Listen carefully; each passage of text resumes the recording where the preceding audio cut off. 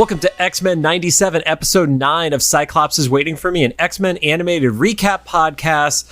How are we in the second to last episode right now? I'm JC. I'm Rod, and I'm old and tired. And joining us from Guardians of the Palaxy and Heavy Spoilers, MT. Yeah. Hello, guys. Dude, I am so... My mind was blown at the end of the episode because, I did not expect them to totally just strip Wolverine of all of the adamantium cream inside of his body. I called it cream last week on the Palaxy, and they were like, don't ever do that again, MT. I'm like, Magneto took the cream right out of that man. Just slurped it right out. So we've had an ongoing, I don't even want to call it a joke, it's just a meme for our show, of referring to Sinister extracting Cyclops DNA. Rod has a very specific phrasing for that he loves to say. It wasn't even just for me, right? It was you and Wally together. Yeah, Cyclops semen. Because, in that episode where Sinister's holding up, this tube thing, and he's like, I want to take your DNA, Cyclops. And then later on, Wolverine walks in, he's like, smells like DNA. He's like, that's not hair samples, right? Oh yeah, smells like a regular DNA from hair, and not semen. Totally normal hair. Well, you're gonna fit in great. It's perfect. But no, this episode was absolutely crazy. I do not even know what's gonna happen in this finale. So many things could happen. Obviously, with the huge tease. Obviously, is why am I blanking on his name? Because it should be very obvious. Onslaught. Onslaught. Yes, Thank you. I literally just did a bunch of research on that man the other day. I don't think that's going to happen, which means it's absolutely going to happen. Bro, if Onslaught happens, especially, I was talking about this on the Palaxy the other day, especially since we got the Watcher the other day, if we do actually get Onslaught, I wonder if he's going to be like, hey, who's that bald guy up in space watching? I've now gained sentience because I'm super powerful. And now I know that we're part of a multiverse. I wonder if they're actually going to acknowledge the Watcher much like Ultron Infinity did in What If, which would be super interesting. Yeah, it's wild. I think I said it after part 1 of Tolerance's Extinction. It was I have no predictions from this point on because they've just undone anything that we thought would happen. Even with this episode, I mentioned last week, I was like, oh, something's happening with Rogue, right? She's going to wake up at the last minute and stuff. And then just unceremoniously, he's like, oh, yep, feeling chipper again. Before we get too deep, I feel like we should finish the intro where we give the spoiler warning in particular. Oh my God, yes.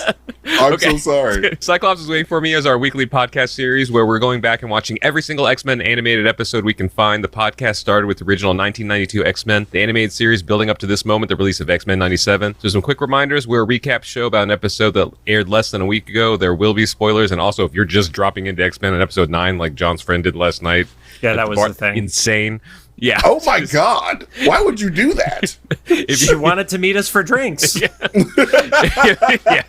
Apparently that was the tax. If you don't want it spoiled for you, pause the podcast, watch the whole fucking series, and then come back. We're currently not sponsored by or affiliated with Marvel Animation, or Disney Plus in any way, except for a couple episodes back with Free Comic Book Day. We actually had a Disney giveaway, so we had to act out for once. That's dope. They didn't pay us. They gave that to Golden Apple. We just facilitated it. We gave away stuff, and I was right that Andor was the most popular one. That's a whole other podcast. Andor was my favorite of the Star Wars shows, and it was the first it's Blu-ray pretty damn good. Don't forget to follow us on social media at Cyclops IWFM Pod on Instagram, TikTok, Threads, Twitter, and Facebook. And of course, make sure to follow us on your favorite podcast services. Now on to the show. Today we're talking about Season 1, Episode 9, titled Tolerance's Extinction Part 2. It aired on May 8th, 2024. I really got to fix the script on that. It currently sits at a 9.5 star rating on IMDb, putting it at number 2 in terms of the highest rated episodes behind Remember It, just edging past Tolerance's Extinction Part 1, which has settled at a 9.4. So it did a 0.1 drop between last week and this week. So first thing, we always mention we watched the episode multiple times. Second watch for both of us is at Scum and Villainy. I do feel bad for the people who watched it at Scum and Villainy because there was an audio issue right as it was starting and they didn't rewind it. So they missed the previously on X-Men coming from the voice of Wolverine. Ooh, yeah, interesting. And I felt like that's such a great thing because we know basically anytime there's a previously on, the person who's saying it is having a major moment happen. Right. So it all but confirmed for me what was going to happen based on all the teasers we've been seeing and stuff like that. So yeah, let's hop into it. The previously on, mostly just all the lead up we've seen from this season with regard to Magneto. Magneto is right. The Professor coming back. Nothing too groundbreaking or shocking, especially as it is a part 2 of 3. So you knew it was going to be loaded with stuff from part 1. And then we go into the intro, and I swear I could have heard Rod yelling from across the valley when they showed Storm wearing the new original gear. Oh, and yeah, it's So the combination of like all the best things. We're finally doing Storm right after all the Halle Berry sins. All of her sins that she's never confessed. Yeah, they were just out there. There's no confession needed. Yeah, I mean, it's so epic because, like, obviously the original show, 92, was amazing, and I fully, love that Storm. But this, like, outfit has always been, like, my favorite, and also apparently her powers access hair extensions or something. But she looks great. And so to see, like, that first Storm that I ever saw, and it was my favorite, in, like, the coolest intro, man, I was like, yeah, I was yelling, woke Lucy up. And then the other change to the intro, did either of you two spot it or find it on an Easter egg that was posted online? The Prime Sentinels? Yes. So I only caught it because beforehand someone else posted that they recognized from last week's episode that the humans were in the episode as Prime Sentinels. Right. Interesting. So this one, and it was literally like on the screen for like 6 frames. It goes by so fast. But like I said, I watched this episode the third time, literally just like tapping my space bar to catch every single Easter egg. And the humans that are running from the Sentinels before the good guys, bad guys clash in the final shot of it were all actually in Prime Sentinel form. And it is literally a blink and you will miss it moment. Oh, wow. Damn. I did the cardinal sin of skipping the intro this episode because I was so impatient. I was like, I've got to know what happens. I have to skip the intro. But like they always change some things, and I totally forgot this time around. I did not catch it until the third watch through. So I caught it the second one only because the first time I thought I saw like different shade of skin, you on did. those humans. You were correct. And so the second time around I was like, okay, I'm gonna like look the next time, and I was like, oh, there they are. Yeah. Interesting. It's also different, I feel like, on like my new TV that's next to me versus when I'm watching it on an older computer monitor, like the motion blur.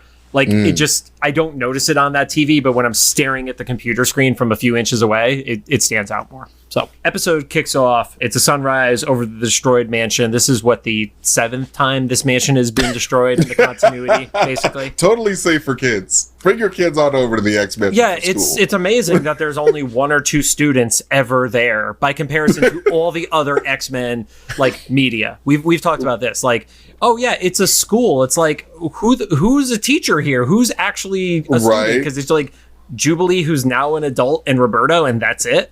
So like there's no class. There's no like actual structure. So like, what are you guys doing? Yeah, at least in like Evolution, they were going to a public school and then doing their training after the fact. Or in, the X-Men comics, like eventually there's tons of mutants living in the dorms and the various X-Men are teachers. This is just like, it's a school in name alone, basically. Right. It's like they have all that space and they don't even use it. They barely use it for all of them. It's so weird. Because it's constantly in reconstruction. Yeah. So what happens at the beginning is we actually see like 3 or 4 different stories that are just quickly swapping back and forth. So the first one is Xavier waking up and just like, the whole mansion is just completely fucked at this point. He goes over and is wiping his hover chair, but it also has like a metal bar through it. So I guess when you have no clean mirrors, that's what he was going for. But it was like, that thing is not moving anymore, sir. He's like, my favorite chair. Oh, no. Damn it. I've got to use this regular chair like a regular man. Damn my life. I don't know. Why did he not bring the legs with him? His little Shi'ar legs? He was just like, why would you not do that? Like, I think he left in a hurry. And also, the legs that he was wearing were messed up by Deathbird. I think when she slashed his knees, like, he wasn't going to wait to get a new set made, configured, or whatever it is. That's my theory on it, at least. I just assumed it was petty Lalandra. To be like, well, if you're going home, you don't get to take that shit. You're going to have to crawl there, bitch. I'm taking these legs. And the last shot of Charles from his intro swapped back and forth is him just opening his door as he's in his classic style wheelchair with the blanket over his legs, and just like the hallway is all fucked up. So it's like, okay, I guess he slept a few minutes after crash landing the night before, because I get the impression this is literally like, you know, within a couple hours of what happened the night previously. Other side of the world, assumedly, Magneto is on a rocky outcropping. He has his helmets in his hands, and you see a bunch of shipping containers all just sitting idly in the water. Eventually, he puts the helmet on and he starts rising up what we know is going to be Asteroid M, which the last time we saw that in the episodes for Sanctuary had crashed from space into the ocean. Assumedly, this is just where it landed. The creepiest of the shots, we see Bastion, who is carrying the Prime Sentinel version of his mom, and all the other Prime Sentinels are standing motionless, very much like mannequins, but also he was crying. That was a really interesting moment for me, because I was like, damn, he actually cared that his mom died. Because like, I just figured that he was like, all right, another soldier, who cares? Like, they're all just the same to me. But like, he actually cared about his mom, and like, that was really interesting for me to see. Yeah, it gave him a little bit of a humanizing moment that I wasn't expecting for him, because he also did transform his mom into one of these two. Like, right. He made her a weapon, so. Right. I also like that this kind of implies that there's some distinction between like dying and being deactivated. We didn't see anything that would necessarily be fatal to her, right? More than any of the other primes. I interpreted it as because he cannot affect the magnetism of the planet, that he can't reactivate her. And I think if you can't reactivate her, that's the equivalent of death if you look at it from a machine's perspective. Right, okay. right. Because he's only really, from what we see in the episode, able to activate regular Sentinels, not primes. So, yeah. Right. Okay. Nope. And then is on the bed with her. There's the awful painting above her bed. I hate that painting. Creepy ass painting. It's the creepiest painting. That's when you stop feeling sad for Bastion. You're like, oh, right, this family. I was like, he's a psychopath. All right, totally forgot. But the touch that they did add to it is he actually seems relieved when he says it's finally quiet, because we know his power is that he was hearing all these machines and everything like that. And now there's no working machines, especially in Harmony, Pennsylvania. So Right. Yeah, I think that calls back to your theory last week, or was it last week or the week before, of like this was Bastion's whole plan to have Magneto kind of go rogue and maybe EMP the planet and stuff. I don't know if it was necessarily to EMP the whole planet. I thought it was to wage war on the planet. And I think it kind of turned against him, that I don't think he was expecting his own stuff to get shut down. So, okay. Because I took it as like, now that all the noise is gone, he can like, he's in control of every technological thing. Oh yeah, I could totally see that. Like that, like, and not to keep bringing up What If, but like that very much reminds me of like Ultron Infinity and like his like quest for quiet in his own way. He's like, oh man, like I'm finally at peace. I've killed everyone. So like I'm wondering like if there's obviously no link there, but like it's just really interesting to see how like technology is always seeking quiet in Marvel. I don't know. You say that there's no link there, but Bo DeMaio has proven that he doesn't care if you think there's a link or not. You might be right next week. Who knows? And then the final of the scenes that we see playing out in these cross shots, we see Jubilee and Sunspot, assumedly when the pulse happened, their collars fell off. They escape. They're being chased by Friends of Humanity. And obviously, I've said this before, MT, I don't know if you've heard this from me yet, but when I do my rewatches is when I watch with captions on. I don't watch with captions on the first time because I don't want stuff spoiled for me, which sometimes can happen via caption. But rewatching it, they're literally saying, oh, the hospitals have no power. So we're acknowledging that what Magneto did on a planet-wide level is leading to further death. So, and that's Who knows something what the death toll is? Who knows? Yeah. And as it looks like they're cornered, we see the reveal of Forge and Storm back. Power. I freaking love Forge so much. Like, that is my dude. Like, he's one of my 3 favorite X-Men. Jubilee, Beast, Forge. Love them. Love that dude. So they make the quick save, and then Jubilee runs up and hugs Storm. And I can't say it anyway. She literally put her head in between Storm's chest. Like it's true. I like double checked it. I'm like, that's not her shoulder, is it? No, it is definitely not her shoulder. Like to be fair, I too would openly weep if my head was in between Storm's chest. I would just be weeping happy tears like, I'm home. I finally made it. I'm home. I feel that. And Jubilee doubled down too, because it was like, she sort of realized it, and then she's like, okay, fuck it. She's like, I'm going in. I'm nestling in now. That was like, okay, that was a specific choice from the animation.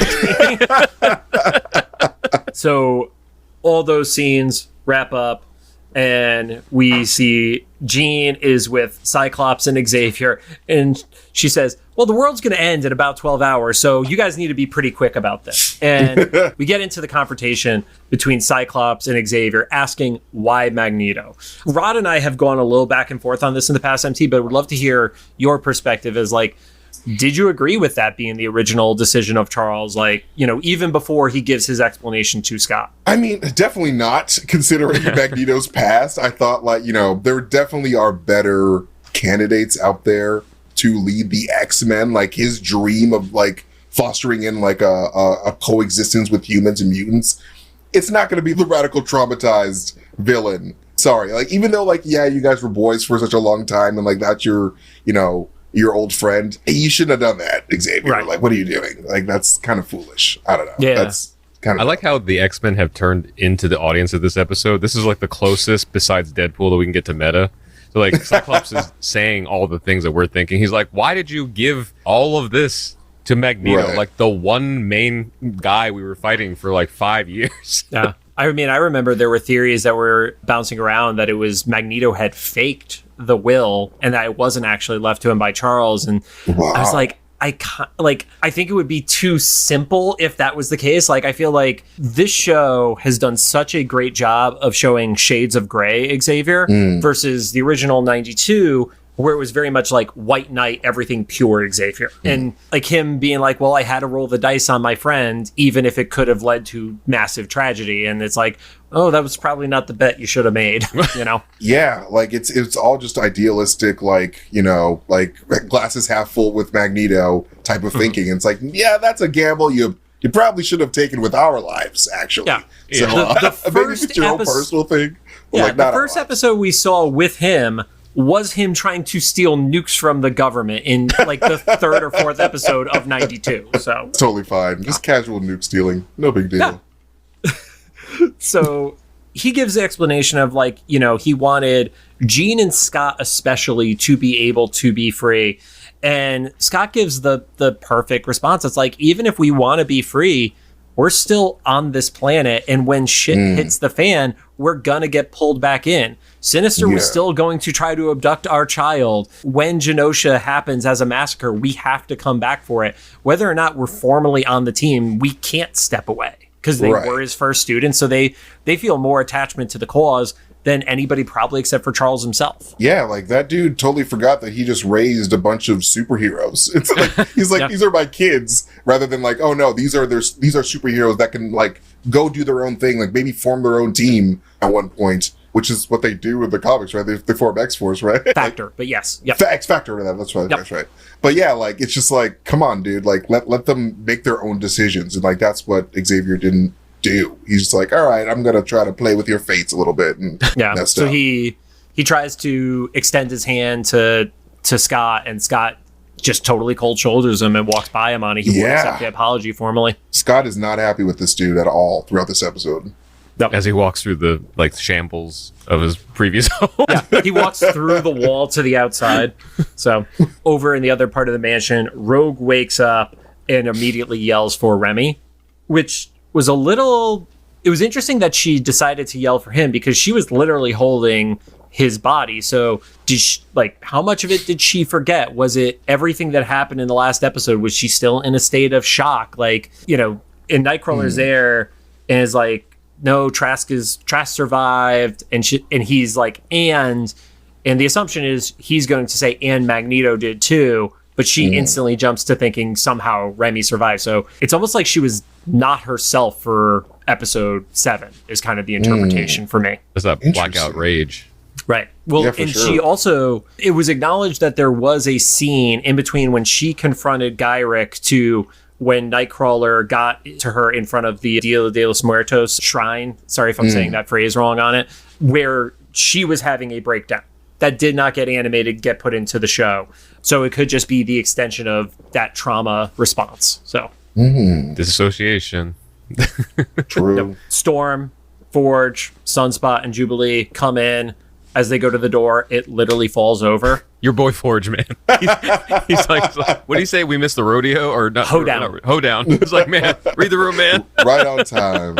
You get the reunion of Jean and Storm hugging each other. Jean is obviously happy to see that Storm has her powers again. Storm tries to credit Forge for that happening, and Forge wants to acknowledge, like, it wasn't just me. She pulled that out of herself, and he uses the phrase, her modest goddess routine, which is just the best oxymoron phrase possible.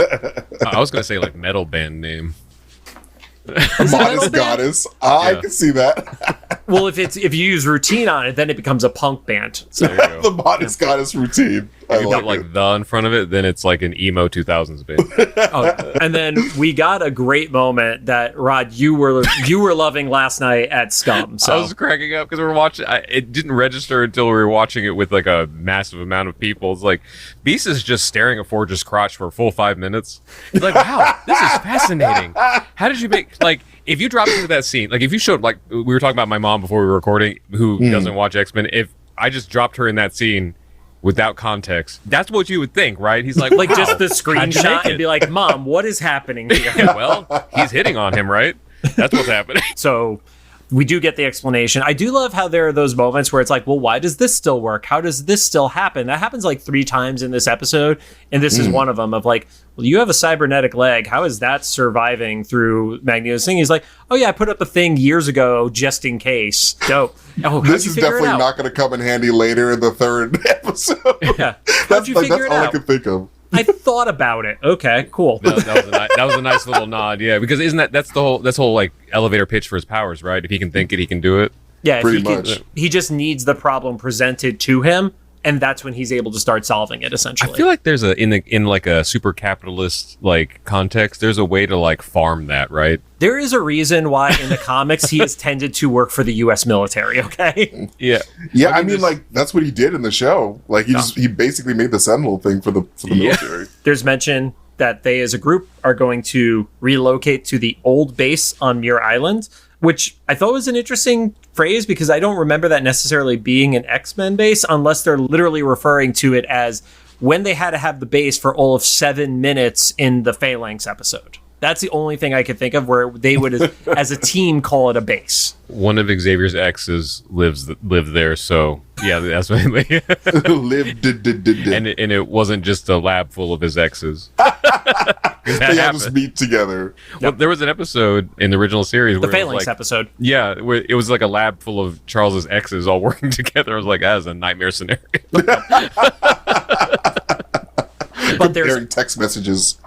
there is also something about that lab because it has been integrated with Shi'ar tech that's why they are able to actually go there, use it, and it's still functional. And then as a group, they start giving the whole like, here's the situation thing.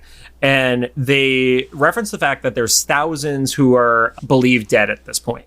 I did a little bit of digging as to like what the actual death toll could be if an EMP went off and stayed off for an extended period of time. So any given time during daytime, there's over 6,000 flights in the air. Jeez. So those are all done. Instant. Wow. Assume on a low end, you're somewhere in the neighborhood of like 80 people on board. So right off the bat, you have 48,000 people just from flights. Just falling from the sky, bro. That is so scary. Yeah. Just watching. Oh my God. That's so scary. Not 48,000, 480,000. My bad. And then in the US alone, I couldn't find a worldwide number for this. There are 3 million people who are on life support at any given time in hospitals. So the thousands was an underestimate, is what you're saying. Thousands was a dramatic underestimate. And I think that was probably a choice from the writing team of, we want to show how awful what he did was, but I don't think they want to say millions dead at the same time. That's my read on it. And we talked about this with the Remember It episode. They said thousands died in Genosha. If you look at what Genosha was in the comics, that was 16 million who were killed in that. So I think it was like, oh, there's war crimes happening, but we have to tone it down slightly. That was my vibe on it. So. Oh no, yeah, 100%. It's just so crazy that like his trauma is now begetting more suffering. Like I love when like stories do that. It's like, all right, here's where it's like trauma breeds more trauma. That's a kind of another like a low-key 90s reference too. And like John, you probably didn't see this. You grew up religious too. Were you Protestant growing up? I was more Pentecostal. My mom was. Okay. Did you read the Left Behind books? Oh my god! Not the books, but I saw the movies. That should give me hardcore anxiety growing up. Man. I know of it. You know of them. Okay, so I it's so funny. I was in like the street team for the record label that put out those books, so I got advanced copies and stuff. And we took that shit as gospel, man. Like, so I was like reading this as a teenager. Except like, imagine like reading Hunger Games, but just being told by your pastor that this is gonna happen. Right. Although now Hunger Games might happen. So bro, we'll yeah. Like I had hardcore apocalypse anxiety growing up because my mom was like would always talk about it, and I was like, "Come on, mom." I'm like 8 years old. Like now I'm just gonna think that like all my parents are gonna like disappear, and like everyone that I know is gonna disappear. I'm gonna be left behind. Yeah, so, those planes falling out of the sky, and the power. Kirk Cameron's in charge. Down. I don't know what's going on. Kirk Cameron's in charge. That's the real apocalypse. That's awful. Kirk Cameron's in charge. Even if you just take like comic references, look at Y: The Last Man. When that happens, and all of a sudden, all of the pilots that are male die, which I think is somewhere in the neighborhood of 85% of all commercial pilots are male. So literally all those planes just began simultaneously crashing. Damn. I'm so bummed out that show didn't work out. Yeah. I really like the comic. It didn't have the vibe of the comic. Like the story was there, but the vibe wasn't. And that Boeing sponsorship didn't pan out either. God damn it. Boeing killed all the men. Killed all the whistleblowers. In the show or the real life? In real life, both. And then we get the additional information that basically all first world infrastructures are in shambles right now too. So it's like, what we've always like predicted, like a natural disaster happens in an area, that area gets messed up. Imagine literally every natural disaster is happening at the same time, essentially. I wonder if Wakanda got affected. I mean, I know that like they're not really prevalent, but like I just wonder what happened to Wakanda. Anyway. Probably not. They got Shuri, man. Like, true. She saw that shit coming like a decade ago. But at this point, she would be too young. True, it's the 90s. How old would she be? She's like 4 or 5. I still believe in her. I still believe in her. Tinkering in the womb. I mean, she was in, like, by the time she was an adult, she was recoding like genetics and stuff, right? So like, I don't know. Who knows? Storm goes on to mention that she actually feels the Earth's magnetic field is changing as well. So that shows it. Like I had the theory incorrect that what he did was just like the use of an EMP, like what you would see in Ocean's 11, where it shuts everything down for 5 minutes and then it turns back on. He has effectively like removed the magnetic field. So if it is a scenario that theoretically, if you do not have a magnetic field, the longer that happens, the more it fucks up the planet as a whole, at like essentially could lead to an extinction level event. So 100%. Yeah, that magnetic field is very, very important, especially with solar radiation, bro. Yeah, bro. Yeah, that's one of the main theories on it. MT, I don't know if you ever read, it's like Marvel Dark Ages, I think it's called. I don't think so. That sounds familiar. It came out about 2 years ago, and it is what happens when all electronic technology gets turned off, and like everything basically has to go back to like a steampunk at most scenario.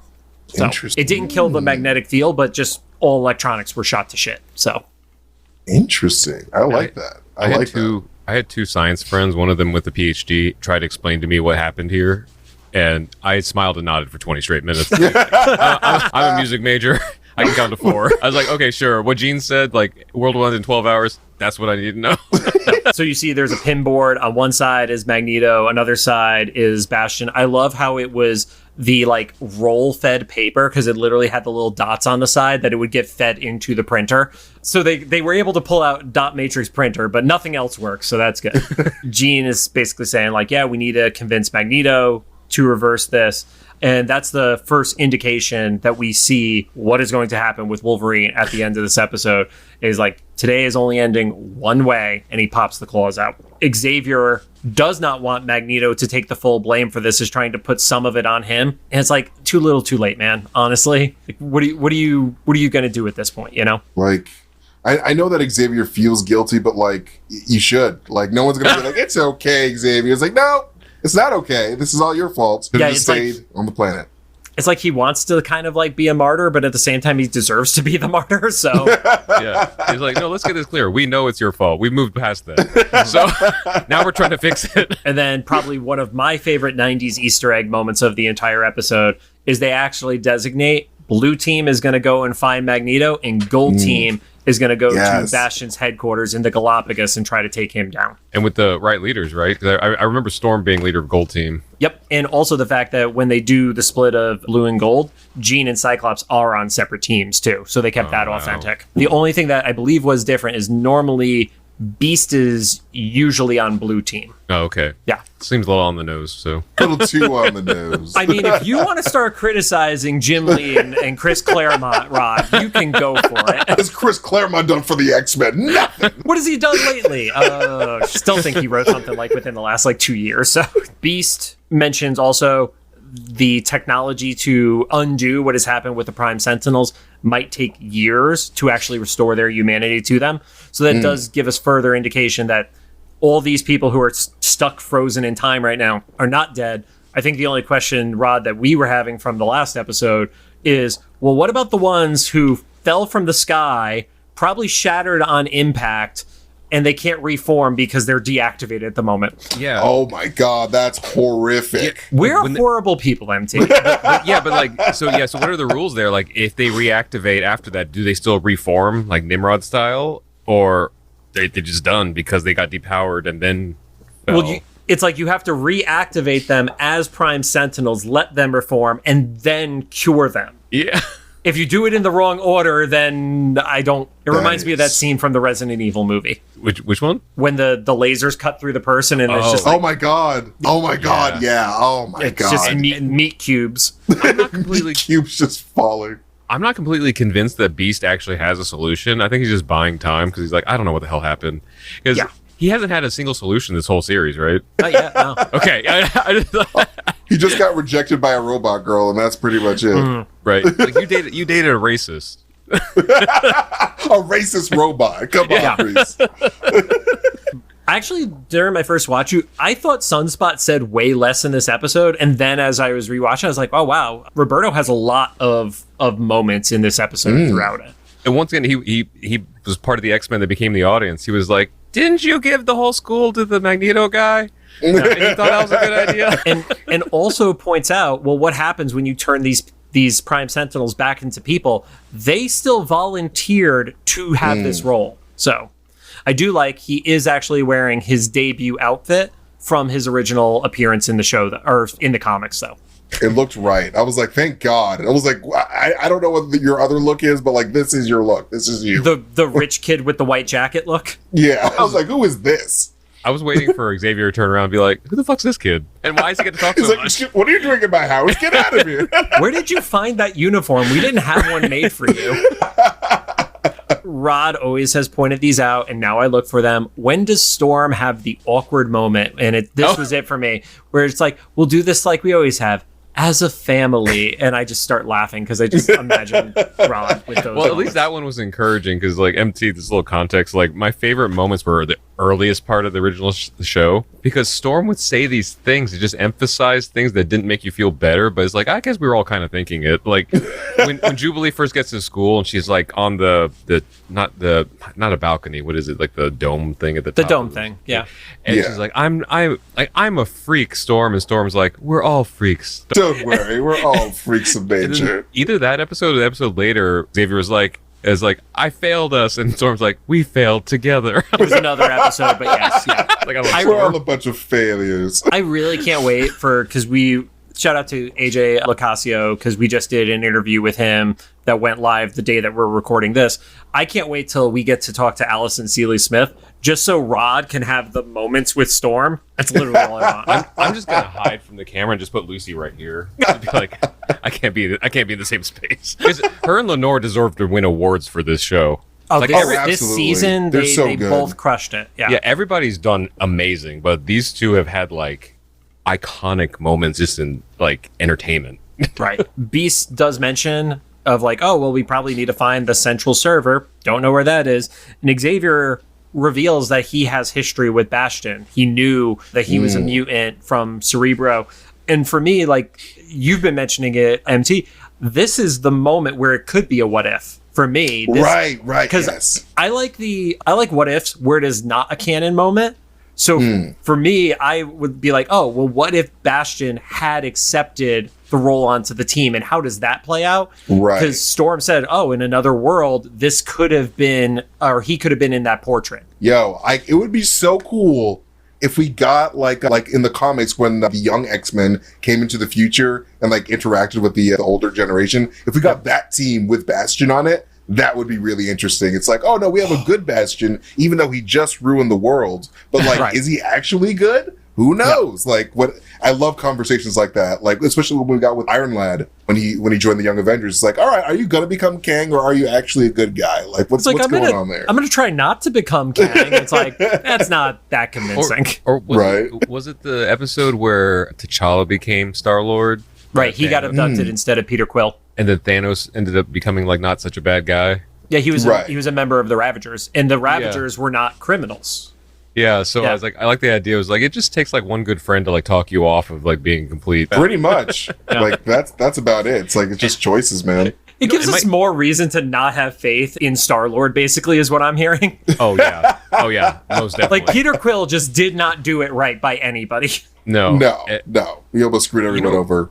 MT. The more I think about that, the more I think like I would love to see that episode too. And I think my sliver of hope that might happen is that there's so much shared between X-Men 97 and What If is in behind the scenes. You know, Yeah. Like, I think was it the voice of Captain America was the same in both Yes. series? Oh, was it? Oh, It was Captain. Yeah, and they're both under Marvel Animation, so.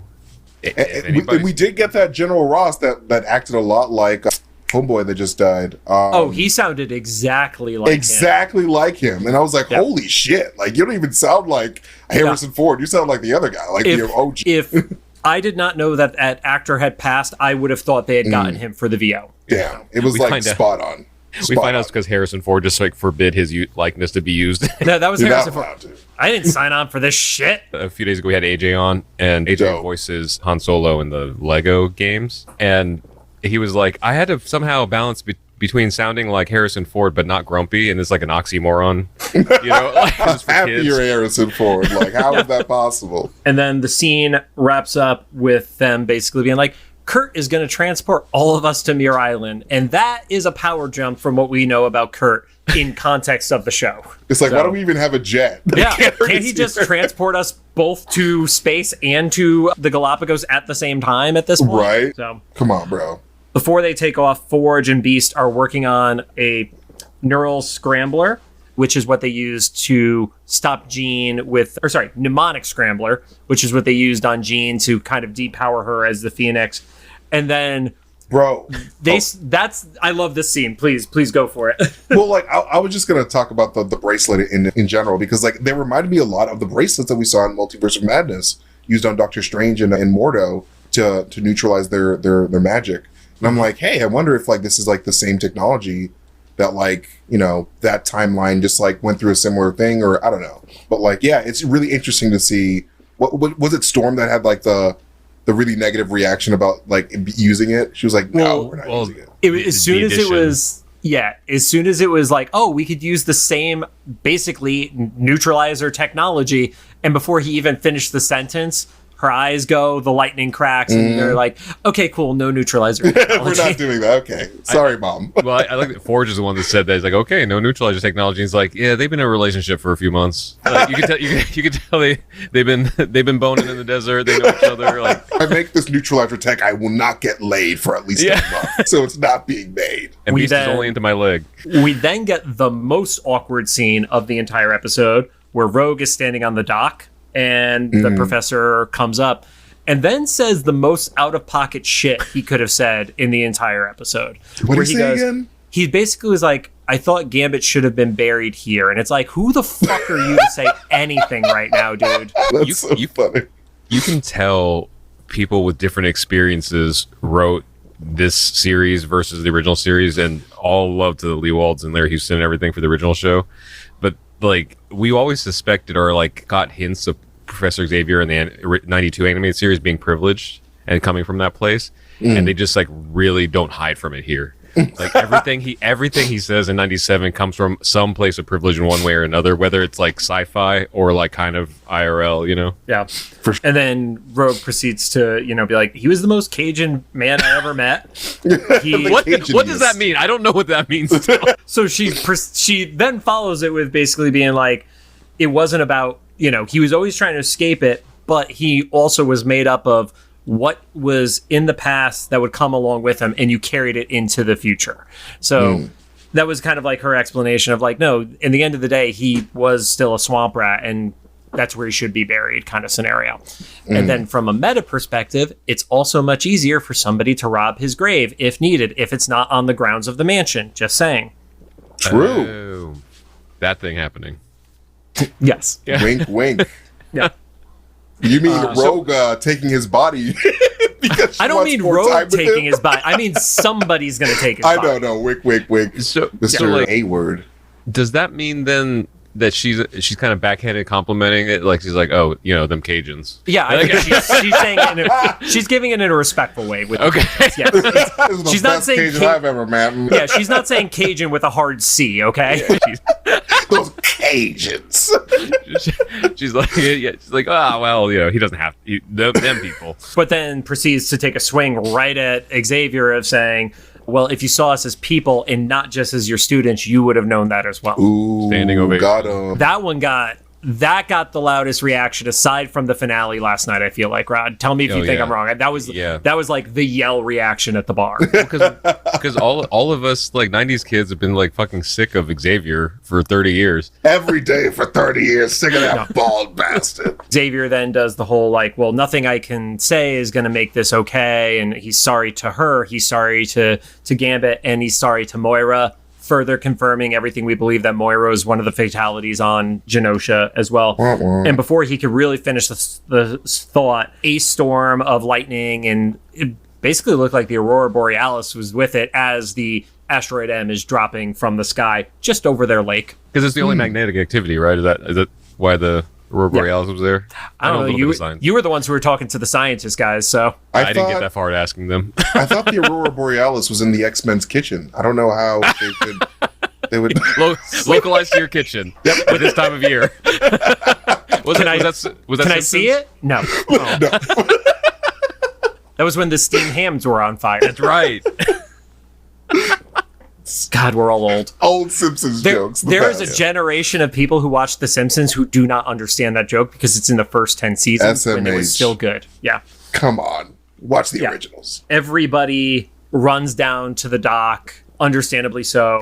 Magneto is telling Charles to be reasonable, and Charles's response is, there's literally an asteroid floating above my residence. That makes me a little hard to believe that you're being reasonable right now. Kind of the echo of like Wanda, right? It's like, that was me being reasonable. I tried to be reasonable. I only took 4 members of the UN into space. That was reasonable. Right. And to his credit, we talked on this podcast before in the earlier episodes. We're like, is Magneto like kind of faking some of this or not?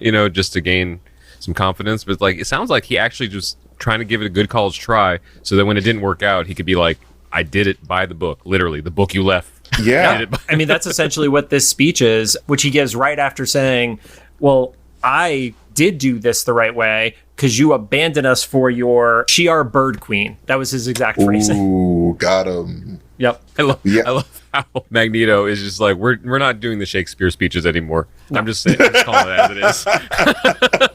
Yep. So Xavier is continuing to give the warnings, like this is just a path that's going to lead to total destruction. There's still the ability to undo the damage that you've done. And again, Magneto, yeah, well, are they going to undo what they did to Genosha? Right? Bro, like, I love that, like, that little green boy is still on his mind. Because, like, he genuinely cared about him, and he wanted to protect him, and he promised him that everything was going to be okay, and he lied! That liar! The phrasing is so visceral, too, because he literally is like, I'm looking at this kid as he's staring up at me, and I see his eyes burned out of his skull. I'm like, holy shit. Bro. Yeah, the way Magneto described it was far more traumatizing than seeing it. Yeah, seeing the animation, I don't think lives up to his thing. It's almost better that we didn't see it, like, because I imagined it would have been like, you know, the Terminator flashback scenes where you see the nuke going off and stuff like that. But that description, like, because it happens instantaneously, but like when you hear somebody to like draw that out, it's like... Didn't he comfort the boy in his native language? So he said it in German, yeah. In German, right. So it's just like, bro, like he must have been like having hardcore like flashbacks to like his youth, and like, you know, it's just, I don't know, like that. I can tell, I can see why he was completely silent when Homegirl was trying to talk to him when he was caged up. He was like, bro, I'm done. Yeah. I'm done with y'all, man. I'm done with Xavier's dream. I'm all done, bro. Yeah. That's so sad.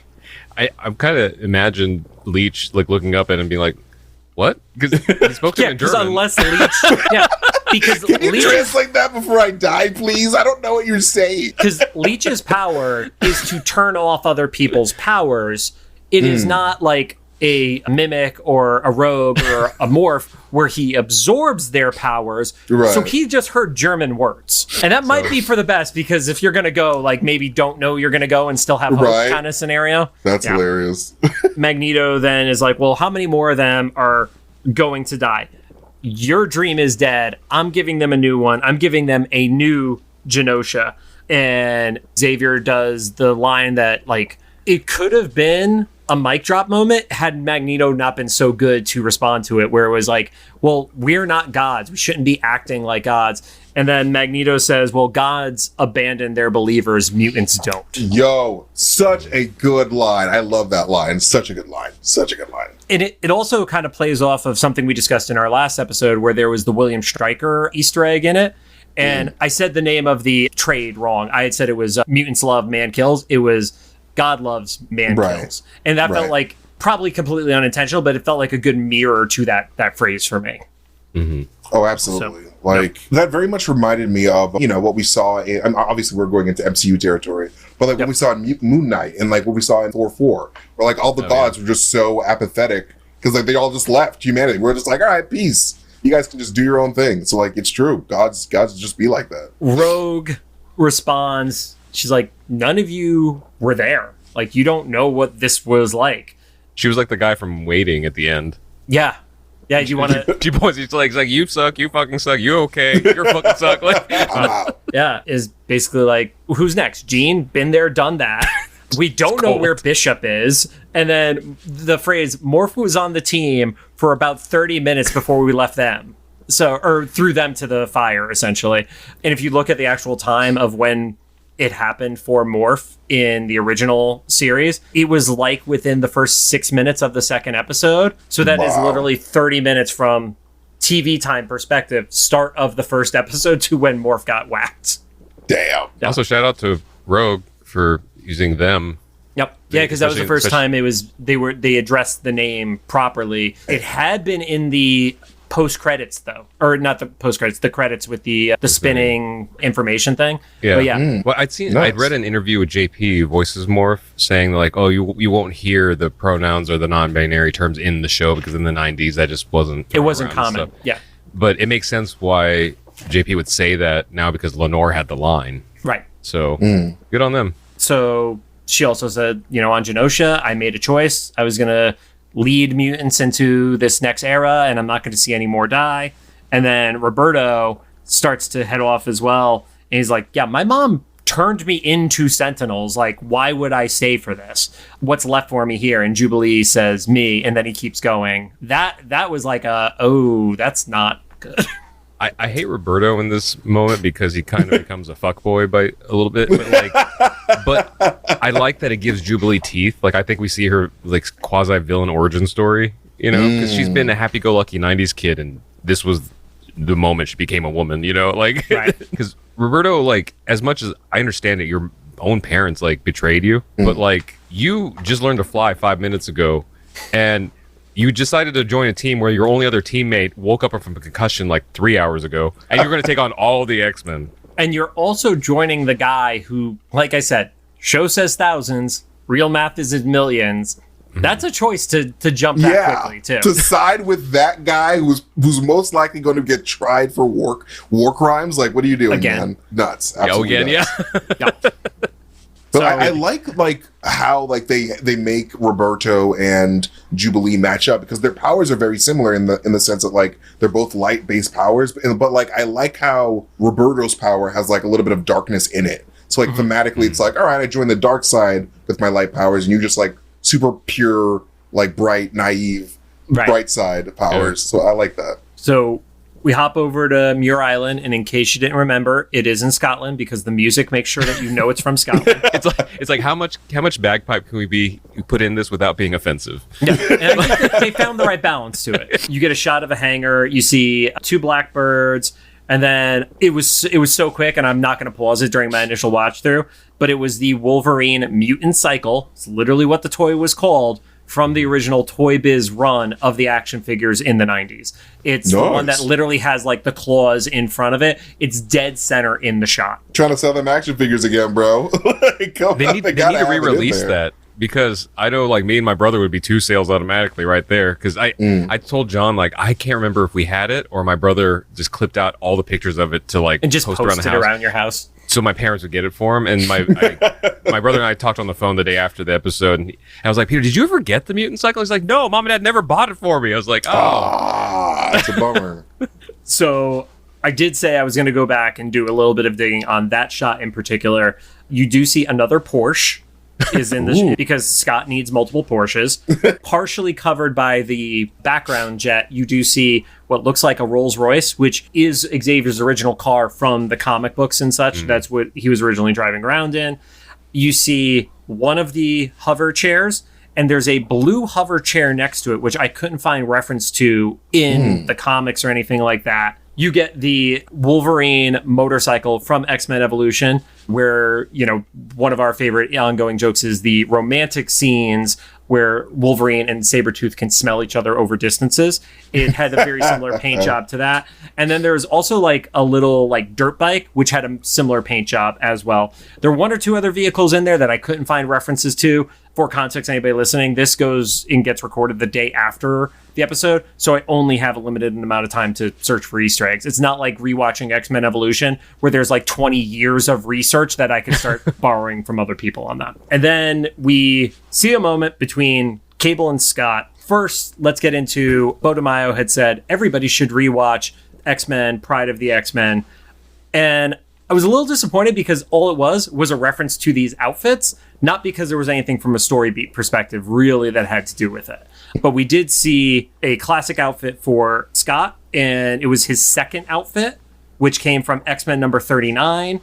You see Jean in her third outfit, which was also from X-Men number 39. You see the Wolverine brown outfit as opposed to the blue and yellow, which is from X-Men number 139. And then, of course, Storm's outfit, which we know is from Giant Size X-Men number 1. It's so weird seeing Jean in her Marvel Girl outfit. It's just like, when was the last time she wore it? Why did you decide to wear it now? It's so out of date, and like it looks so weird. I'm just like, this is like a child thing to do. Like, why are you, as an adult, dressing up like your kid self? This feels weird. My interpretation on that was whatever outfits they did have at the mansion were just completely decimated. True. And this was the only spot that had like fresh, clean outfits for them. True. I can believe that. And I don't know if that's actually the case, but that's like, if I have to come up with a reason, that's the one I'm going to force myself to give. So Honestly, that's believable. I can see that. The part that makes me laugh about that theory, though, is that Jean still made the decision to put the mask on. So no one knows it's me, Jean Grey. And it's like sticking off the top of her head by like 6 inches. yeah, there was a cosplayer that had that outfit on at Scum and Villainy, and like it just doesn't look comfortable to have that thing attached to your face like Not that. at all. Also, while watching the episode, the mask stayed on, so props to her for doing that. You get the moment between Scott and Cable, and it's kind of the whole like, she's great. He's like, yeah, it's not my mom. He's like, but like your mom, they're two of the strongest people I had ever met. You need to trust her. And then Cable thinks that Scott is going to be overprotective dad. And he's like, what, are you going to tell me to like be careful? He's like, no, give him hell. And it's like, you sounded more like a dad with your way of saying give him hell than if you had said to be safe to me. So Right? Why would you tell like the Terminator man to be safe? Like he's gonna be safe. Like he's been around this timeline once or twice. He'll be fine. And then he's like, oh, and I forgot this. And he throws him a duffel bag that has the blue and yellow outfit, which all the Cable outfits I could find most closely resembled Marvel vs. Capcom. That was the one. Video game. Yeah. The only real difference between it was in the game, Cable's non-cybernetic arm was a long sleeve, and in this one it was a short sleeve. But and then we got the line that I knew Rod was incredibly excited for as somebody who's not a big fan of the original X-Men movies. I hate the X-Men movies. To me, they're the racist grandpas of the X-Men movies. Like, Wow. well, Okay. because we have to appreciate them from bringing us what it did, right? Superhero movies and stuff. Yeah, But they them were- and Spider-Man and Blade. If we Yeah. didn't have those successful series, we might not have what we have today. but they were not good movies, and it was like emphasized by like how good they got half the casting, you know, and still messed up that like. But anyway, yeah. So Cyclops says like, "What'd you expect? Black leather?" And I said this when I watched it by myself at home, but also when we were at Scum and Villainy, I was like, "Fuck yeah!" Like this is what, because it was also Cyclops again that said it. Right. Said the yellow spandex, and then John, I don't know if you noticed this. At Scum and Villainy, this like dad with his kid like looked over at me like, "Did you say fucking fun my children?" It's like, you brought your children into a bar on Hollywood Boulevard. I did see that. And it wasn't even like just one, it was like 2 or 3 kids like with him, like Yeah, they were in the booth that was next to us because I got there super early to get a booth this time, and they like shared a booth with somebody else. And they walked up and they're like, "Do you mind if we share a booth?" And I'm just sitting like, I don't want kids sitting in a booth with me, so I was very happy they asked them instead. I think I just gave that look of they're like, "Oh, that's a guy who's going to say fuck," and it was Rod who said it. So it's good. also everybody in that room, because it I've said this before, watching X-Men 97, It's Coming Villainy is like what I imagine watching sports is like for people who actually watch sports, because I don't know that feeling, but now I think I do kind of. Yeah, Nice. except it's mostly us just yelling at Roberto's mom. Yep. Boo! And then you find out after the fact that the voice actor is in the bar after you just booed her. It's great. Was she in the bar? Last week. Holy shit, Yeah. that's so cool. So, well, yes and no, because like John said, we didn't know. And so I don't know how it actually was for her. I know that she's a professional, you know, and knows that there's a separation between her character and her real self, but I can only imagine all the other voice actors, you know, telling her like, "Yeah, you go there, everybody cheers, it's a fun time." And then they go there the week that like she turns her son into the Sentinels, and then everybody's like, "Boo, fuck you." dog." Yeah, somebody literally yelled "fuck you." And she's just there. She's like, "I'm the only cast member that was not cheered on." But she does follow us on Instagram now, so at least Oh. there's that. Well, Yeah. that's how you know you did a good job. If people like just despise your character, then like Yeah. you did a fantastic Yeah. job. You as gotta that know you're the character. villain. Like, what's his face? Is it John Voight, who is the T-1000? He's also Peacemaker's dad in Peacemaker. So he's literally like a member of the KKK. It's like, he doesn't want to get cheered. He's actually worried if he gets cheered. Yeah. Robert Patrick. Robert Patrick, sorry. Yeah. Yeah. Yep. Jump over in the astral plane. The president is talking to Xavier about the Magneto protocols. And then something I didn't actually realize in the previous episode where we saw President Kelly talking to Cyclops, the voice of the president is Barack Hussein Obama. What? I'm just kidding. Yes, him voicing somebody who talks like a Kennedy is perfect. It's Ron Rubin, who was the original voice of Morph in 92. Ooh, that is a really good fact. I did not know That was a random that I just was like, I was going through IMDb stuff, and as I'm going like scrolling down to trivia, I was like, why the fuck is Ron Rubin listed on the credits for this one? What are you doing here, Rod Rubin? Yeah. I like that. They're talking about the Magneto protocols, which were literally put into place because of instances like this. And Xavier's doing the whole like, come on, you gotta trust me. And it's like, Why? When has that worked? I guess they're doing the whole argument of the last time Magneto was going to destroy the planet with Sanctuary. Like, they did it in under an hour, and that's what they're kind of like calling back to scenario. But that lasted like a year and a half at best. Yeah, let's give it a little leeway. Let's even say it's 2 years. But yes, we see everybody suiting up. You see Beast is holding hands with Trish, which is still a little weird to me because we're under the impression that she opted into this right now. It doesn't sound like anybody was like forced to do this. I really hope that they reveal that everyone chose to at some level, even if it was like, barely, because I feel like from a story point, that's so much more powerful, that you had even a moment to think that like you needed to opt into this a little bit. Yeah. You see Jubilee holding Roberto's card that he had given her when they first met. And did either of you get the Easter egg from the card? Someone pointed it out later, and then it made me feel worse about my physical condition. What happened with the card? So the card had a number on it, and it was supposed to give you the impression that it was a phone number. But if you actually look at what the numbers are, it's 0907-1982, which is when Roberto was first created in the comics. Where the trade published, coincidentally, also Bo DeMeo's birthday. Okay, so I only heard about it being Bo's birthday. And that was also when the trade of his first appearance published. And everyone with eyes and internet access has seen how ripped Bo DeMaio is. And that I now know that he is 4 days younger than me. And it doesn't feel good. I am nowhere near in that physical condition. He is 2 of you. Oh, yeah. But also, like, looks like he has less back pain. Like,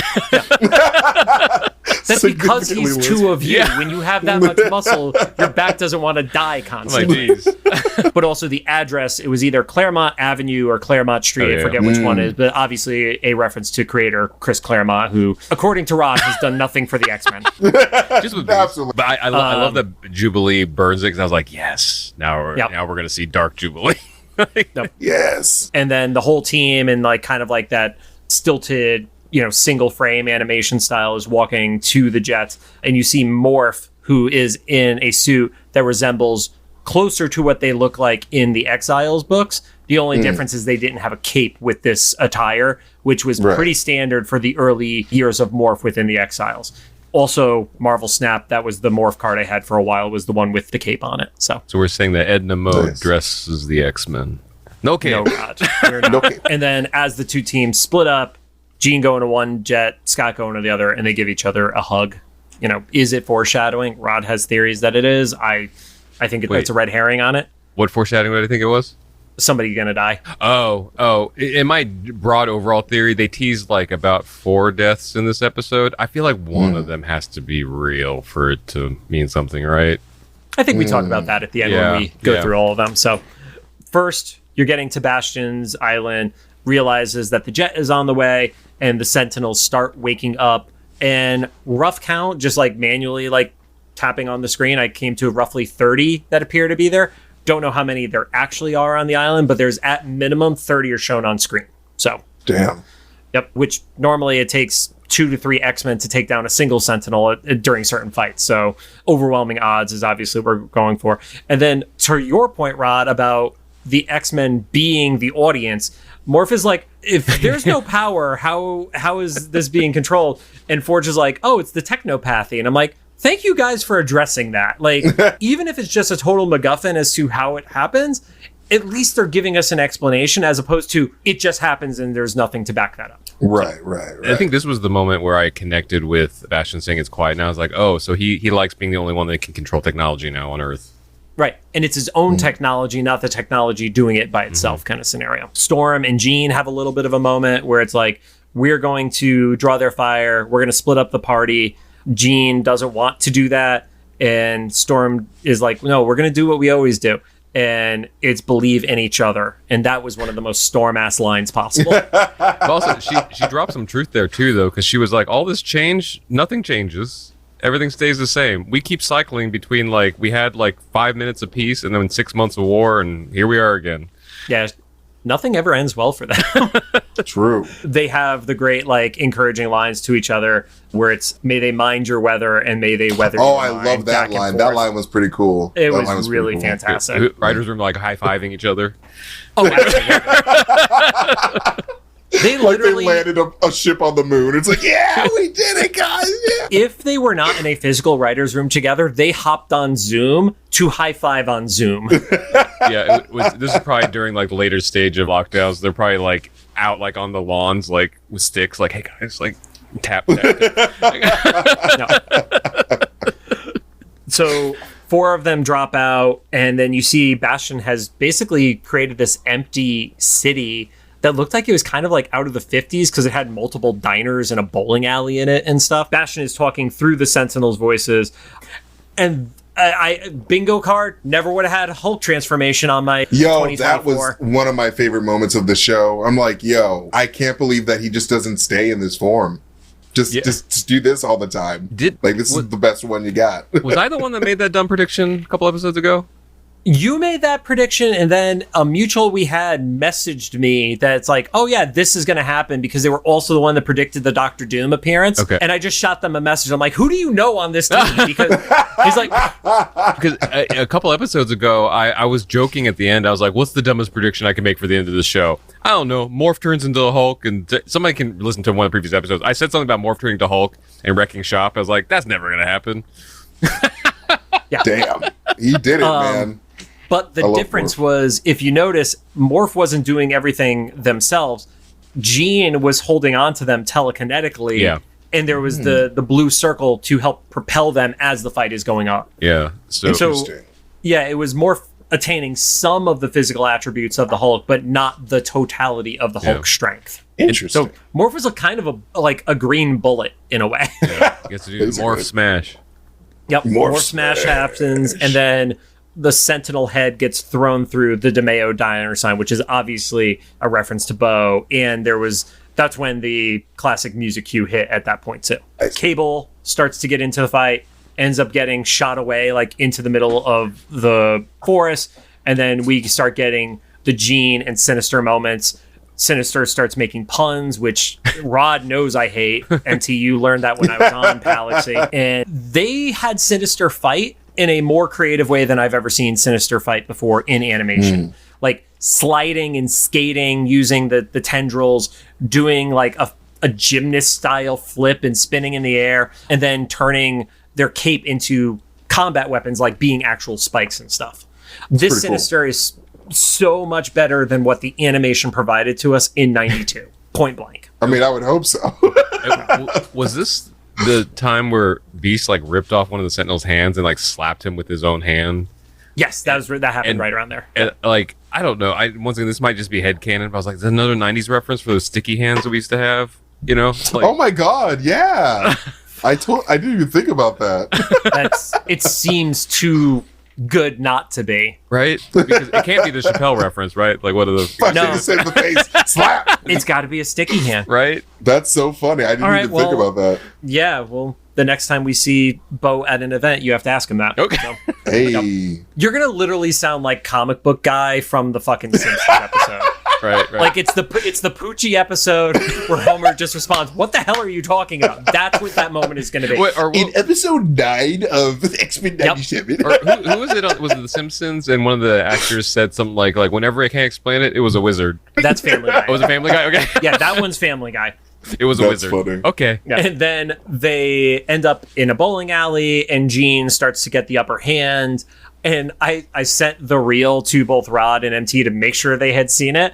Rod had not seen it, so I'm definitely happy I said it. It was the most perfect timing possible for Jean to throw bowling balls at Sinister's face. Because if you guys don't know, there was a reel that went viral within the last week where some girl in a bowling alley threw bowling balls at another girl's face like they were baseballs. Yeah. Bro. That impossible to intentionally time that out. It is so bro, I can't even imagine what that headache feels like after you get like a bowling ball just launched right at your noggin, bro. Like that was brutal. Like 8 feet away at most. Bro. Yeah, and like that's attempted murder. That's got to be attempted murder, bro. That is like That's I think that's in the reel that I sent you was what the law says about that. right. And of course, it happened in Florida. Was it Florida? Of course, Well, because that reel that you sent, they were explaining Florida law. Oh, yeah. And so, like, I was saying to John, like, I'm genuinely impressed of, like, the ease and accuracy that she threw the bowling ball, like, at the baseball. Right? That was pretty fast for, like, a pretty heavy ball. And not like, to she was say- pretty pissed. Not to say that the recipient deserved it or not, but I want to know what they said. Yeah, what right? set Like, it what up? did you do, bro? Jesus Christ. Or what did they think you did for Yeah. that to happen? Like, whatever the situation. 'Cause I don't want to know this. Pretend like I know the situation. Was like, what happened that was like this is going to end this. Yeah, what was the trigger? We're not justifying it. We just want to know what you think deserved this. She was probably like, you're a bad bowler. It's like, well, now time to die. Yeah, you can go fuck yourself. And then Jean concludes by throwing a jukebox at Sinister 2 and knocks him through the wall. I like how that's the thing that Nice. scared him. He's like, oh no, the power of music. Back up in space. That's the International Space Station, I'm assuming, that the jet goes by, who's probably the only human that right. has power right now because they're up in space and they didn't get whacked with the EMP. Because if they didn't have power, they would be dead. Yeah, they're probably really confused right now. Yo, I'd be pissing my pants if I was like alone in space and no one was talking to me. I'd be like, Right. yo, what happened? And you They actually ate all the other astronauts already because they're like 6 hours without communication. This is going to go down. they probably watched Earth black out, right? oh, yeah, yeah, you- right? You That's would be able so to, true. yeah, because they would see the ambient light and stuff. Yeah. Right? 'Cause if it all Yo. goes off at once, that seems like it'd be significant. That's so Yeah. scary. Well, with that added horror to this episode, after I explained the body count from Magneto. So they arrive, Rogue and Sunspot go to the hangar. They rip the door open, and the blue team is obviously not there because Nightcrawler teleported them. I love Why Rogue's not? reaction to, damn it, Elf. I like the realistic dialogue now from the X-Men because it's not this like original show on Saturday morning where they're like, it's like, gosh darn it, like you know. The fact that they could actually say damn and it's not an Yeah. issue is pretty fantastic. We're almost hitting a threshold where maybe it's going to get to be too much because I feel like they leave one in every episode now. Probably. Damn. As soon as you get a shit in there, that's when it's going to feel too much. That's when it's going to be overboard for me. I would have loved to hear Wolverine be like, "Are you shitting me?" Like I think that would be a really great moment. Or I at the end of the episode, just screaming "fuck." Yeah, Fuck this shit. I would love if he just screamed fuck when he got all the adamantium. Yeah, just one long fuck. He's like, fuck! Yeah, it echoes through the end credits. While the X-Men music is playing, you still hear it. It's like, fuck. the Newton brothers are So- like, "This is the most awkward remix we've ever had to make." It's our legacy, huh? Okay. Inside what is effectively Magneto's throne room, which is built out of sentinel heads and a hand and such, the confrontations start. Wolverine is like, cool, we're going to skip the gabbing and just go right into this fight. Yeah. He makes his charge, gets intercepted by Rogue. Again, the emphasis of, there are thousands dead. And Magneto's like, well, what about the thousands more that died in Genosha? Whose lives were worth more? And Brooke stopped Wolverine because she's like, "You were playing to kill." I'm like, "What did you think was happening here? Right? Like, What- we're what- not, like, playing around. Like, what was the end scenario of this? That you were gonna have tea together at the end of the like what?" yeah, I feel like she's like, there was still going to be a fight. It's just, are you going to let him stab Magneto, essentially? Jubilee kind of does a little bit resembling Motenda, where she shoots when Magneto's guard is down, and as she's shooting him, Sunspot ends up shooting her, knocks her down. He immediately goes into like, sorry, I fucked up mode, and then they start just blasting back and forth as he's like apologizing, like, dude, you literally threw fucking fire at her. This is what I Like, referenced. fire from the sun. Yeah, This is what solar powered fire. This is what I referenced as Roberto becoming like a fuckboy moment. He's like, sorry. I was like, dude, like pick something and stick with it. Like, Seriously, man. Like, come on. Another amazing moment. Magneto's like, I've been dreaming of this for years, and just turns to Xavier and is like, I just always want to say these two words. And then he covers his mouth with metal and he's like, shut up. I'm not going to go as far as saying Magneto was right, but I agree with him right now. because like Professor Xavier was in the middle of like his third quote soliloquy or whatever stuff in that moment, let alone the episode or that day. So he's like, yeah, no, we don't have time for this. Yeah.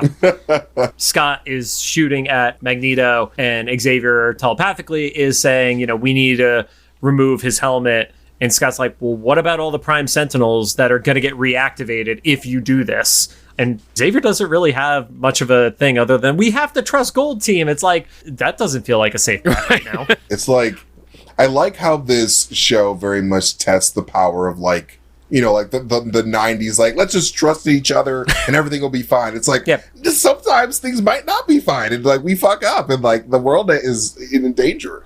So like, I love this writing. Jump over back to the island.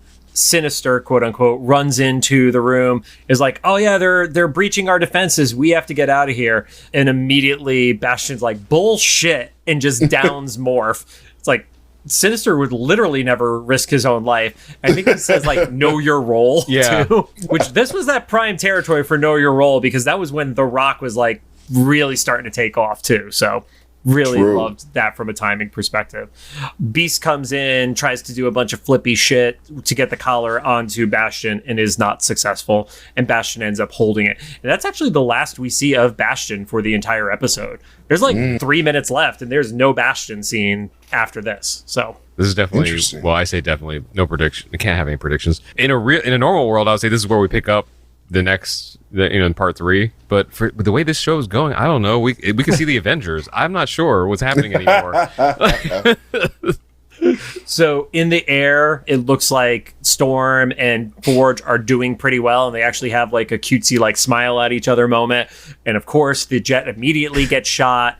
Storm starts to make the save. She ends up getting shot and just dive bombs into the water as a smoking jet is flying into the distance. But we do not see it land, and we do not see explosions. So, like we've alluded to, there are lots of potential deaths happening here right now, but there's not a single body yet. Yeah, so. And I don't even count the Storm dropping into the ocean as a death, because if Storm dies in the canon of this show by drowning in the ocean after all of that, I will personally physically assault some of the writers. Like, so I can't count it. That's not even a possibility. Jean is on the beach and Sinister is giving more voiceover, like she's hearing it in her head.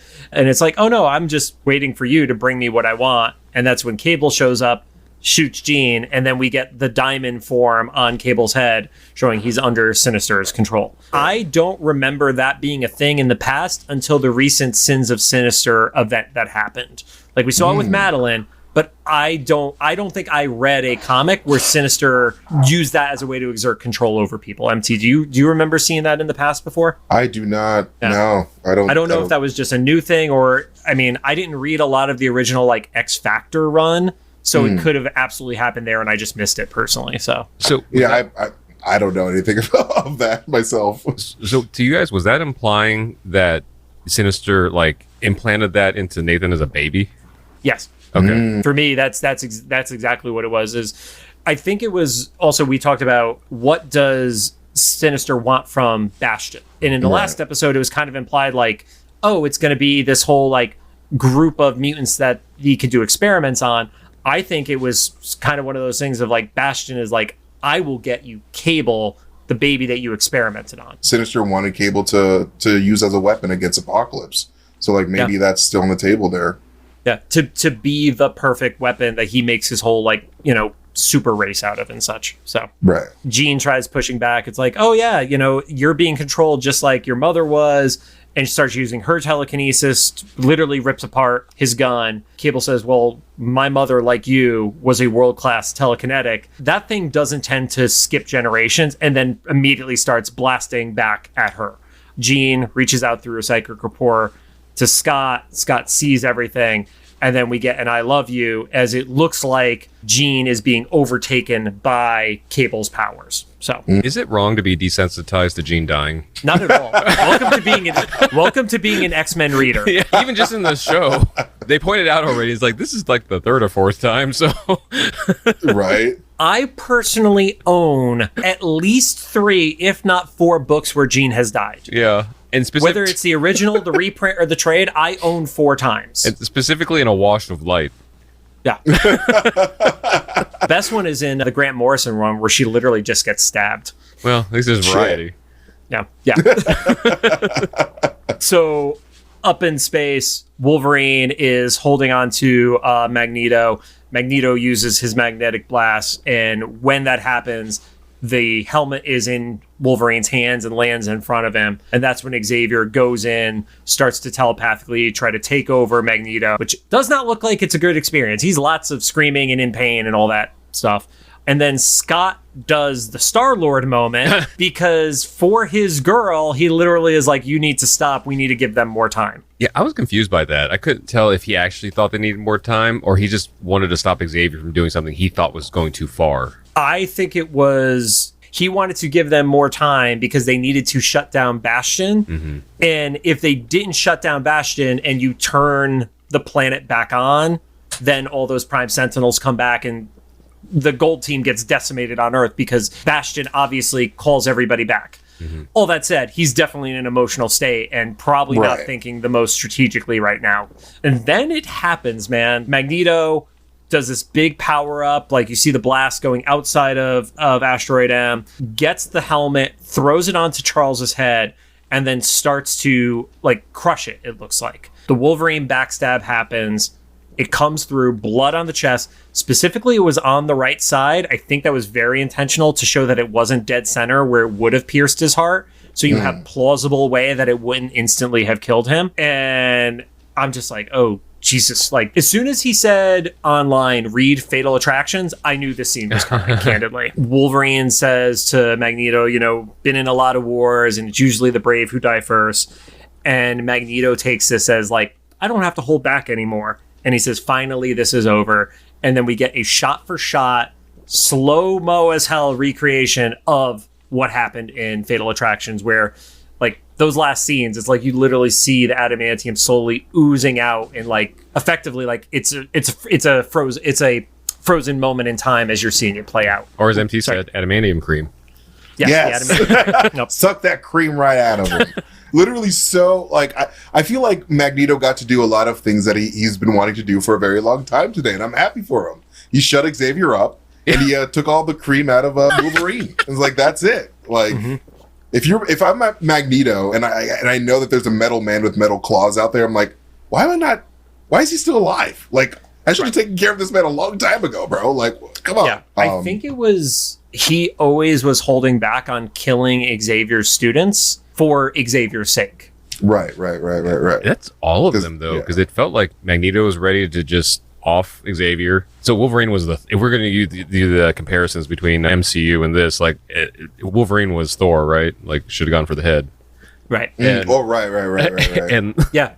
That was what everybody on Twitter was screaming. Oh, like, why wouldn't you stab him in the head when you have the open shot at him? Right. I guess so. Yeah, I probably would have done just. I mean, I say I would have hit in the corner, but like the chest makes sense. Actually, the adamantium being pulled out of him, I think, was more violent in this show than the comic cover, because I looked at both of them later online, and the comic cover doesn't have the blood. So X-Men number 25, the shot itself, there isn't blood showing, but that's the one where it's the shot-for-shot recreation. The cover is Wolverine 75, and that's where they toned it down a lot because it looked like it was like spiking out of him, but the skin was still over it, so it actually wasn't even breaching his skin on that cover. So. It's funny. As you said that, my friend Max, who was with us last night, just texted me that picture. No. With the spike. No. Everybody's summoning each other. Yeah. And if you want to see what a bar full of grown-ass adults and 2 children's reaction to that was, it's on our Instagram. And maybe on our YouTube. Who knows if Shorts is working yet. Yeah. It's funny because I think we both thought it was going to be a huge reaction, and it was, but it was silent first. And then the credits came on, and everybody's like, what? It's also because, like, you know, we're so conditioned, especially with the original show, of like, as an episode ends, it would be like, to be continued and that kind of stuff. Here, it was just like, moment, black, credits. And it was like, what the fuck? So right. It was like, honestly, those moments are the best, in my opinion. Just like the silence of like shock, and then like, oh my God, I want more. Like, that is what a good TV show is meant to do. It's like, all right, you got us hooked, you got us in suspense, and now like, hopefully they wrap it up strong as they've been throughout this entire series, because this is probably the best thing that Marvel Studios has ever written or produced, in my opinion. Like they really just like everyone was like, hey, can Kevin Feige actually do the X-Men? Like, can he actually do it? Like he's proven. He's like, bro, I haven't even done it in live action, and I've already like knocked this out of the park. So like, it's gonna be so good in live action, man. I cannot wait. I kind of worry that this fucked up the curve for the MCU because the MCU already had such a high bar expectation. You know, even if you did like the X-Men movies, I think everybody agreed that they should have been more than they were. Oh yeah, for sure. And so like the MCU just had such high expectations, and now this is like unreal. Your literal, like, I know it's animation studio is a little bit separate, but like your company can produce this story that will just seize audiences for like a couple months, and now you got to do it with real people. Good luck. Like, yeah, like that's why I really do believe that, even though they're saying over and over again that like there's no crossover between this show and like the live action Marvel, that like they've done such a good job that like they're just gonna do it anyway. Like they're just gonna bring them on over and introduce them to the narrative, because like you can't. I don't know if they can outdo 97 with their live action. Like they can get close to it, but like there's just so much history with like the original show and now this. Like it's just, you might as well just like bring them into the fold. I don't know. Just have them in. I think I kind of agree with your best friend MT James Gunn that like what this show, the reason the show's so good is because it's so different and it's just doing its own thing. I think like if the MCU doesn't just copy this straight up, it just, the only way it has a chance of succeeding is just to do something completely different. Yeah, I agree with that sentiment. I think that's the only problem is if you take this group and you just say, hey, here's the live action transformation of them, you get so much more baggage. But if it's like, you know, the Wolverine comic accurate costume that is happening in Deadpool, for example, it doesn't have an X-Men 92, 97 vibe to it. I think that's why that works. I think if you try to do the one-to-one, it becomes like even more loaded than it already is. Yeah. Well, it might be better if they tried a one-to-one than, because you know what would probably happen in normal like Marvel Studios fashion is they'll try to make like an adaptation of this thing that was successful, and that's let's do another Dark Phoenix saga. Oh my god! Oh my god. Do it again. And get the same guy that I've never met the man, but like how do you move forward in your career after messing that up twice? Before we get into predictions for next week, any final thoughts about the episode? Anything we missed from either of you guys? No, I think you hit everything. Pretty great job. Yeah. No, I just think that this episode was fantastic, and I just hope that the finale can actually hit the landing, because, you know, Marvel Studios does have a tendency lately to not necessarily stick the landing sometimes. So, you know, hopefully Marvel Animation can be the exception here. But yeah. All right, so, because fuck all predictions I've ever had, until you go first, what do you think concludes this season? And then what do you think is a crux of next season? I think, and then this is like, you know, weird, but like, you know, I honestly think that there's going to be a crossover with What If. I think that like, because this is Marvel Animation, and like they have their own thing going with, like, they started with What If, and like, you know, they have X-Men 97, they basically teased some stuff with Spider-Man in that last episode. So like, I'm sure that they're going to do something with 90s Spider-Man and build a 90s universe. I just feel like, you know, with the popularity of the show, I think that they want that popularity to sort of like leach into like their multiverse narrative with What If. So like, maybe we might get a What If time. Maybe we might get an Exiles tease of some sort. Love the Exiles. It would be super, super dope. Like, I really want the Exiles to be a Marvel show. And it would be a great way to like continue the What If narrative without like, you know, your Captain Carter and all that stuff. You could just like do the Exiles. But yeah, I think that like, you know, I don't know what's going to happen on the Magneto front, the Bastion front. Who knows? Anything could happen. But it would be really cool if like this was the bad ending universe. If like this was just everything bad happened and like we lose Xavier, like we just, and like, you know, it's the Magneto was right universe, and that, like, I don't know, like people just like follow Magneto more so than Xavier. But I don't know. What do you guys think? What do you think is going to happen in the finale? Rod? I said this last episode. I don't think I have any like reasonable predictions because of how many curves this show, like the show's shown it has like no boundaries for where it could go. The only thing that I kind of like think might happen is what I kind of mentioned before was they teased like 4 or 5 deaths. And I feel like one of them has to amount to something, even if it isn't a full-on death. Like, I know that they won't have the gall to kill Wolverine, although I would give them a standing ovation if they did, because this series has already proven that the story is so much more interesting when they don't focus on Wolverine. But even if he's like depowered for, halfway through next season or something, that just might be more interesting than seeing what we've always seen. I don't know, who, Jean's for sure not dead, right? She's going to come back for the 20th time. Right. And then Forge, once, like you said, we didn't see it crash and stuff, but there was just too many things that were teased for it not to amount to something. I thought I didn't know Bastion before, and the only kind of minor prediction I had about him ended up being pretty wrong. I was telling a friend, oh yeah, I think it might actually be Nimrod that is evolved from this thing, and I just did not. I guess John mentions this to you guys. I did not see Sentinel STD in the cards for Bastion's origin story in this. So I don't know. My hope though is that some closure happens, and it's not a complete see you in a year. Right. Yeah. I mean, I think because they'd only originally gotten approval for a single season. And then as that single season was going through the animation process, they found out there was going to be a second one. So I do think you get some sort of whether it's mid-credit stinger or even just pre-credit stinger that is going to lead into what the next season is. I don't think you get a full massive moment. The one that online is pushing towards is that Xavier going into Magneto's mind is what leads to the creation of Onslaught, which I don't really love because I don't really have a lot of affection for the Onslaught story. I just never have, candidly. But at this point, I can't say anything is off the table, especially with the setup that we have from the Fatal Attraction story.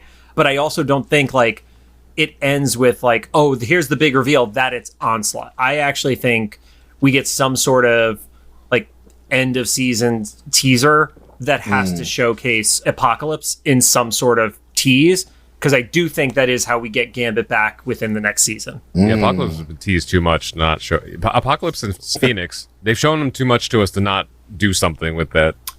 Yeah, and we've also still not found out what's going on with Val. We don't know what's happening with Mystique. And Mystique has kind of become the Mephisto of what WandaVision was. Because every week it was it's Mephisto, it's Mephisto. No, it's Agatha, you guys fucked up. Yeah, and then I still find it funny from the opening credits, we have not seen Avalanche or Pyro the entire season. Oh, yeah. Yeah, I don't think they're involved in the finale. Watch them walk on frame during a battle next episode and then get shot, and that's it. The post-credit scene of the entire season. It's hey, we're here. Bye, guys. Thanks for watching. They're like the Mr. Poopy Buttholes of X-Men 97. No. We just see them in the end of every season. Yeah, you're still hanging on to see what happens to me. Oh, boy. Yeah. I think if I have to give a prediction for what happens to end all this is there is the triumphant moment of defeating Bastion, and I think there is a split of the team. I think it's not full-fledged schism story, but I do think that there is the people who are going to stay and the people who are going to leave because this isn't worth it anymore. Yeah. Right. I have a feeling that we might see the death of Rogue, because she went really far this season, and she is grieving Remy a lot. So I could see in the finale that Rogue dying and just having a gravestone next to Remy and just being all right, now we're together, which would be really sad, but especially I could sort of see it happening. Apocalypse digs up Remy. We'll take this one and leave you in the grave. Goodbye, bro. But yeah, no, anything can happen. I'm very excited for next week. Yeah, I will share next week's Scum and Villainy is not doing their standard Wednesday night watch through. So anybody who's listening to this on Monday when it gets uploaded, Scum is not doing the Wednesday night event. They are inviting people to come by and watch it at midnight on Tuesday. Rod and I are not going to do that. Fuck that. One, because we're old, but two, I want to watch this and be able to hear it, which, don't get me wrong, I love watching the reactions of seeing the show with other people, but, there were certain moments that, had I not watched it at midnight the night before, I would have had no idea what was actually, being said and the emotion of those characters, because it's, I had to rewatch Spider-Man No Way Home as soon as I could, because the first time I saw it on opening night at the Grauman's Theater, it was literally impossible to hear half of what is said during that movie when everybody's a sporting screaming. Event. Exactly. So, MT, before we close this out, anything you would like to remind our viewers and share? Oh, yeah. If you guys are interested, I work at full-time at Heavy Spoilers. So youtube.com/Heavy Spoilers is where I'm at primarily, but I do have a podcast that I host with my friends. JC was just on it. Thank you for popping on. It's the Guardians of the Palaxy podcast, where we just talk about nerd stuff in a really fun, goofy way. We don't really take ourselves too seriously. But yeah, that's where I'm at these days. Thanks for having me on, by the way. This is really fun. And you and Paul are killing with heavy spoilers because you're insane people. Like I feel like the breakdown episodes come out as soon as the credits start rolling. Like I'm like watching any given show that's being covered by you guys, and the credits start rolling, and I get the notifications like they already posted. How was that possible? I'm actually working on Kingdom of the Planet of the Apes. I just saw that today, and I'm working on that video. So like that's what I'm doing right after this. I thought you were going to say episode 10 of 97. We're like, wait, you're working in the future now? But yeah. Well, again, thank you for having us. We'll drop links into the description. And thank everybody listening for joining us. If you have any thoughts, make sure to drop them into the comments for either the YouTube upload or the official Instagram post about this episode. Also, comment on Spotify, because that's a whole thing that's there too. And if you like what you heard, we appreciate a rating on the podcast app of your choosing. You can find us at Apple Podcasts, iHeartRadio, Amazon Music, Spotify, YouTube Podcasts, and CastBox. And I can't believe next week is the finale. That's so crazy. Time flies when you're having fun, man. Or crying. Lots of crying. Yeah. Or being traumatized. It's fine.